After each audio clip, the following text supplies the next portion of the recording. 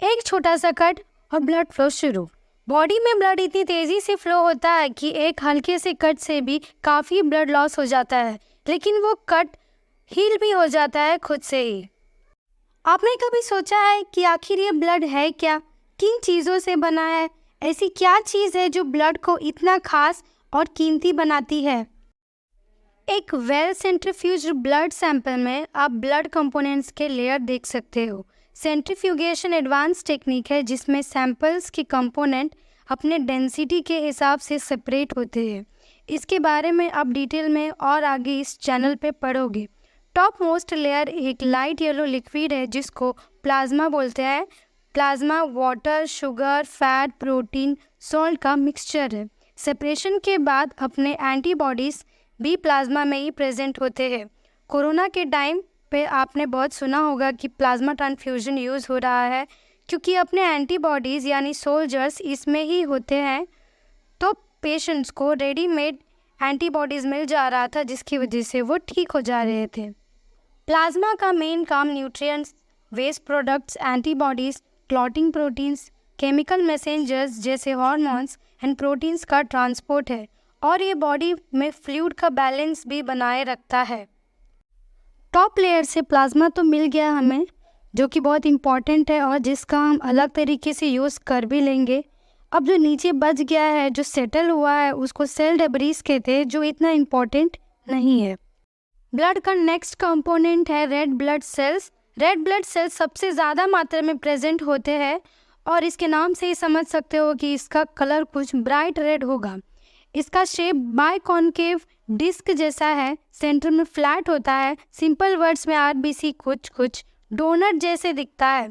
RBC में special protein होता है जिसको हम हीमोग्लोबिन के नाम से जानते हैं।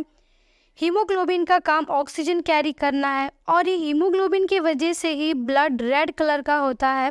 आरबीसी की संख्या कम होने से एनीमिया हो जाता है, और अगर ज़्यादा हो गया तो कुछ गड़बड़ तो वहाँ भी होगी। नेक्स्ट कंपोनेंट है white blood cell. White blood cell अपने बॉडी को इन्फेक्शन और बीमारी से बचाता है। डब्ल्यूबीसीज़ की संख्या आरबीसी से कम होती है, और अगर इनकी संख्या नॉर्मल से ज़्यादा हो जाए तो ब्लड कैंसर कहते हैं, जिसको हम इंग्लिश में ल्यूकेमिया के नाम से भी जानते हैं।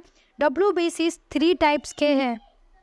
डब्ल्यूबीसी का फर्स्ट टाइप है न्यूट्रोफिल्स।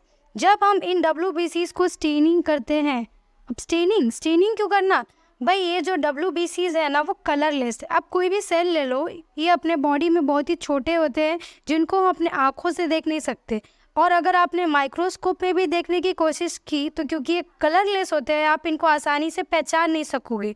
तो इसके लिए इन्हें स्टेनिंग की ज़रूरत पड़ती है, जिसके लिए बहुत सारे अलग अलग टेक्निक्स। हम इतना स्टेनिंग के डिटेल में नहीं जाएंगे।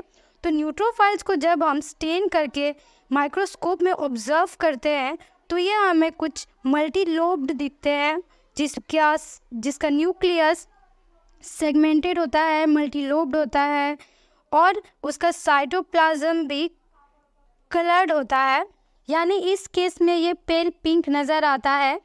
और माइक्रोस्कोपिक ऑब्जर्वेशन के अलावा अगर इस सेल की खासियत के बारे में बात करें तो अगर कोई फॉरेन ऑर्गेनिज्म हमारे बॉडी में घुस जाए तो सबसे पहले यही सेल एक्टिव हो जाते हैं और उसे ख़त्म करने में लग जाते हैं। डब्ल्यूबीसी में नेक्स्ट सेल टाइप है इओसिनोफिल।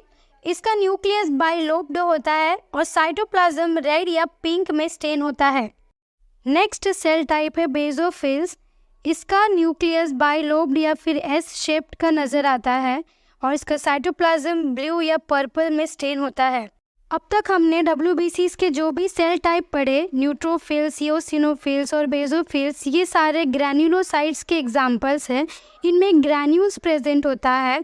ये ग्रैन्यूल साइटोप्लाज्म में होता है और इसी के वजह से ही साइटोप्लाज्म स्टेन होता है। तो एक्चुअल में साइटोप्लाज्म स्टेन नहीं होता, बल्कि ये ग्रैन्यूल्स स्टेन होते हैं। नेक्स्ट सेल टाइप है लिम्फोसाइट्स।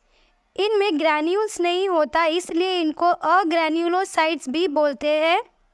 इसमें भी 2 टाइप्स के सेल है, बी लिम्फोसाइट्स, जिसको बी सेल्स भी बोलते हैं।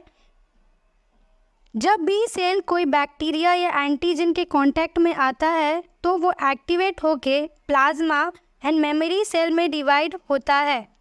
प्लाज्मा सेल एंटीबॉडी बनाते हैं जो एंटीजन या कीटाणु को ख़त्म करता है, और मेमोरी सेल फ्यूचर में होने वाली सेम टाइप के इन्फेक्शन में तेज़ी से काम करता है। टी लिम्फोसाइट, जिसको हम टी सेल भी बोलते हैं, ये खुद से एक्टिवेट हो सकता है या फिर बी सेल भी इसे एक्टिवेट कर सकता है। ये सब एक चेन की तरह है। इम्यून सिस्टम बहुत कॉम्प्लेक्स है, इसको एक बार में ही पढ़ के समझा जा नहीं सकता। ये ब्रांच ऑफ बायोलॉजी को हम इम्यूनोलॉजी कहते हैं। मोनोसाइट्स डब्ल्यूबीसी में सबसे बड़े होते हैं। इसका न्यूक्लियस कुछ किडनी बीन शेप जैसा है। क्योंकि ये ग्रैन्युलोसाइट्स का एक मेंबर है, तो इसका साइटोप्लाज्म भी स्टेन होगा और ये लाइट पर्पल स्टेन होता है। Platelets are one of the component of blood. WBC and RBC की तरह ये सेल नहीं होते, बल्कि छोटे छोटे फ्रैगमेंट्स होते हैं सेल के। कोई भी कट को हील होने में या भरने में प्लेटलेट्स ही मदद करते हैं। प्लेटलेट्स कट और इंजर्ड पार्ट पे जाके जमा हो जाते हैं। फाइब्रिन नाम का जाल, जिसको हम क्लॉटिंग बोलते हैं, वो तैयार करते हैं और खुद भी इंजर्ड पार्ट पे स्टिक हुए होते हैं।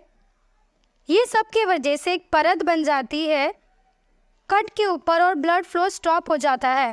प्लेटलेट की संख्या अगर ज़्यादा हो जाए तो स्ट्रोक या हार्ट अटैक का इशू भी हो जाता है, क्योंकि वो लोग ज़्यादा होने की वजह से बेवजह क्लॉटिंग चालू कर देते हैं।